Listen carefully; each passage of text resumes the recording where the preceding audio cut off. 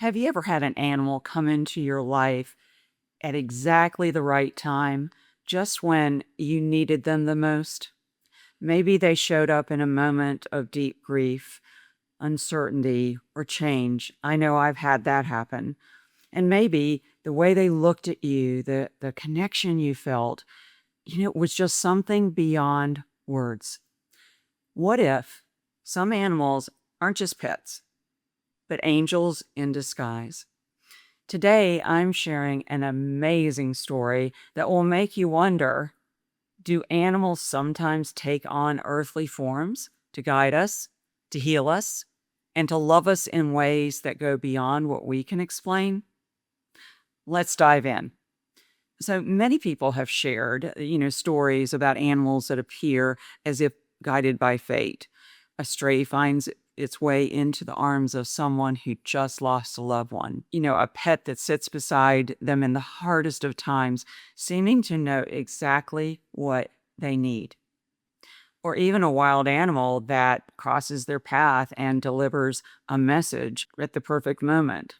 Maybe you've had that pet that seemed to understand your emotions better than anyone else. Or perhaps you've encountered a wild animal yourself at a moment you needed guidance and their presence felt like a message. Animals have this uncanny way of appearing when our hearts are calling for them. That's exactly what happened in this incredible true story that I'm about to share with you. But you might want to grab the popcorn and the Kleenex. So, Serafina was this beautiful boxer who came into the life of a dear friend of mine at a time when the world had come to a screeching halt.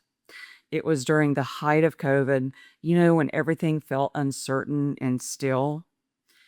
My friend had always had dogs, and during this time of isolation, she was without one and had been for quite some time. She started feeling a nudge that turned into a strong pull to find a companion. But it wasn't just any longing. There was some deep inner knowing she had that she was meant to go to a particular shelter on a particular day, and she listened.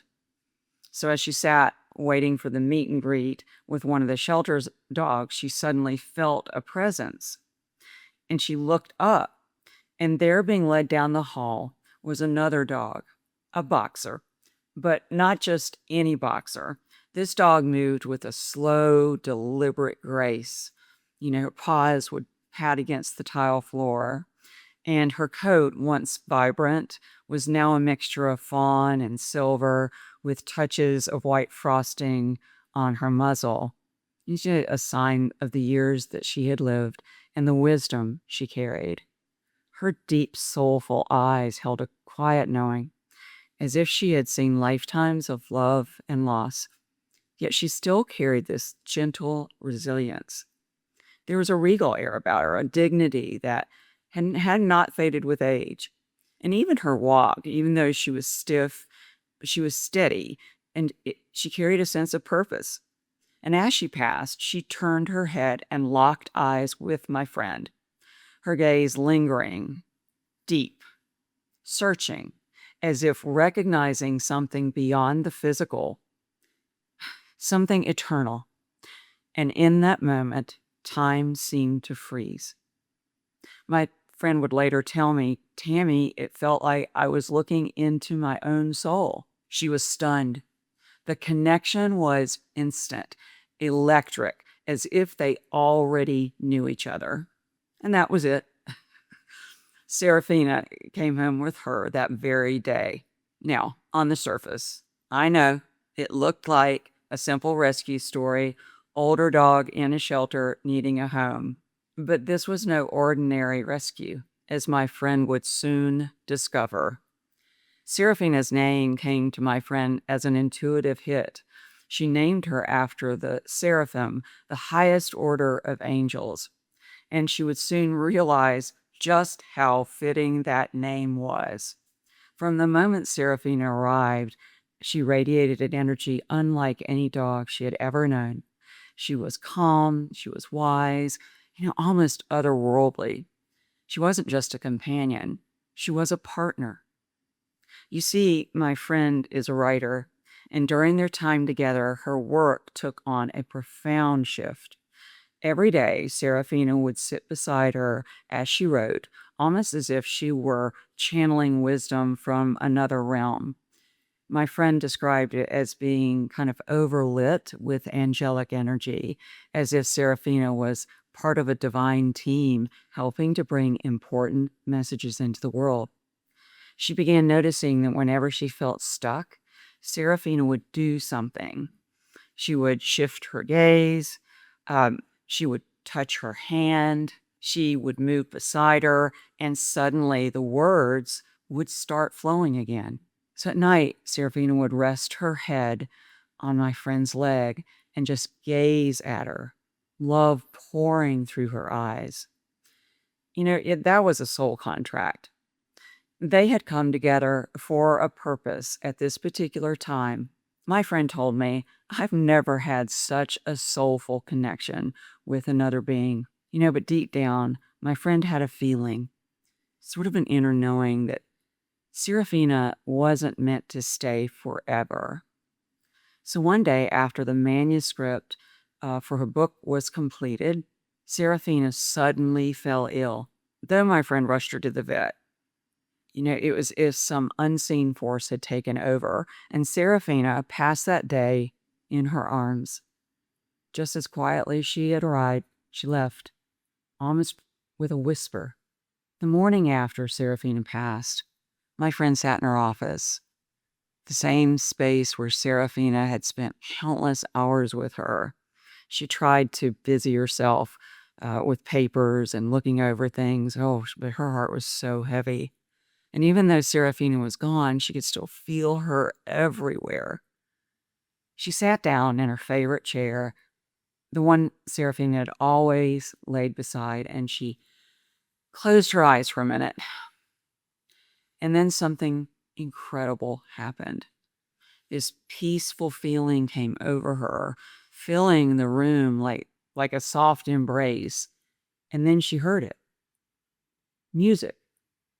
At first, it was faint, gentle, light, harmonizing, but it grew, becoming rich like a celestial symphony. The air itself seemed to hum, and the very walls felt like they were vibrating with this unseen energy. It was as if the music wasn't just sound, but something alive wrapping around her, filling the room with an almost sacred presence. She opened her eyes, convinced she must have dozed off, but the music continued. A shiver ran down her spine, and her breath was caught in her throat. She sat very still. Her heart was pounding. Her senses were sharpened.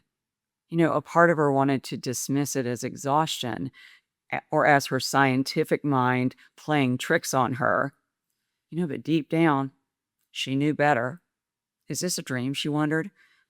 Every fiber of her being told her that it wasn't a dream. Then, through the melody, came something else. It was soft at first, but it was unmistakable. A voice. Warm. Familiar. It didn't come from the room, nor from within her own thoughts. She told me it came from everywhere and nowhere all at once, surrounding her and filling her with an indescribable peace. Then, thank you for allowing me to experience life with you as an angel in a dog's body, said the voice. We did important work together for all. Her breath hitched. A wave of emotion moved through her so powerful it almost knocked her down. She wasn't imagining this. She wasn't dreaming. She could feel Serafina. She was here. For one brief, impossible, beautiful moment, the veil had lifted and love had spoken. The music faded, almost like a gentle wave retreating from the shore. It left behind a stillness that felt sacred, and the air in the room was thick with something like unnameable warmth, like presence, like this lingering touch of something incredibly divine.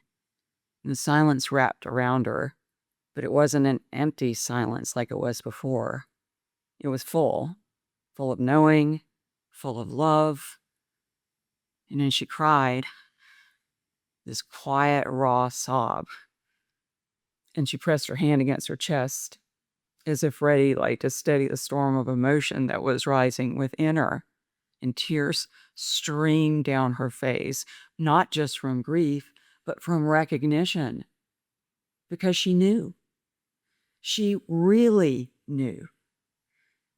It hadn't been a dream, not a wishful thought, not a trick of her mind seeking comfort in the dark. Serafina had been here.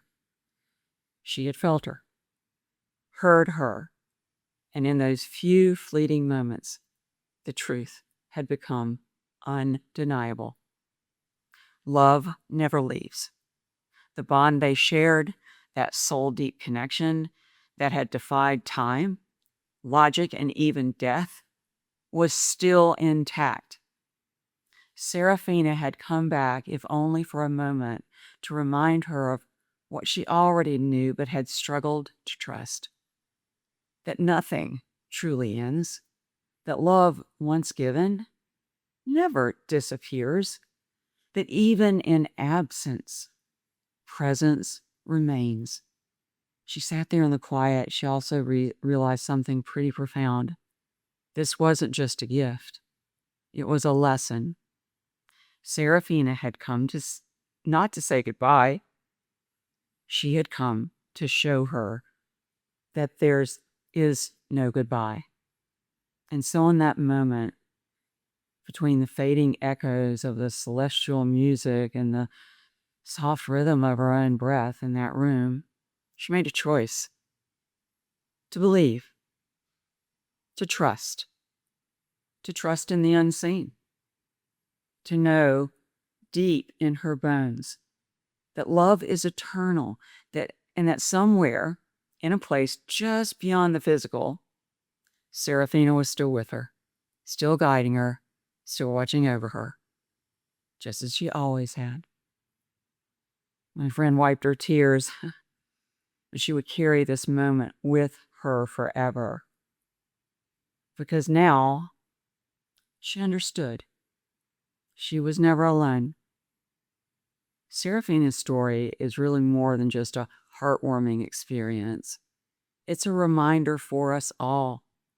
Love never leaves. Our pets have a greater purpose in our lives. And signs and messages from beyond are real. The veil between worlds is thinner than we think. Trust your own experience. Have you ever had the thought that your pet was an angel, a divine guide in your life? Has your pet taught you lessons that have made you a better person? Have you felt the presence of a pet who has passed? If so, I would love to hear your story in the comments below. And if this message resonated with you, please like, subscribe, and share this with someone who might need to hear it today. Because sometimes the angels we're looking for have been right beside us all along. Thank you. Thank you, Serafina, for showing us all the power of true love. I'll see you next week with more messages from the animals.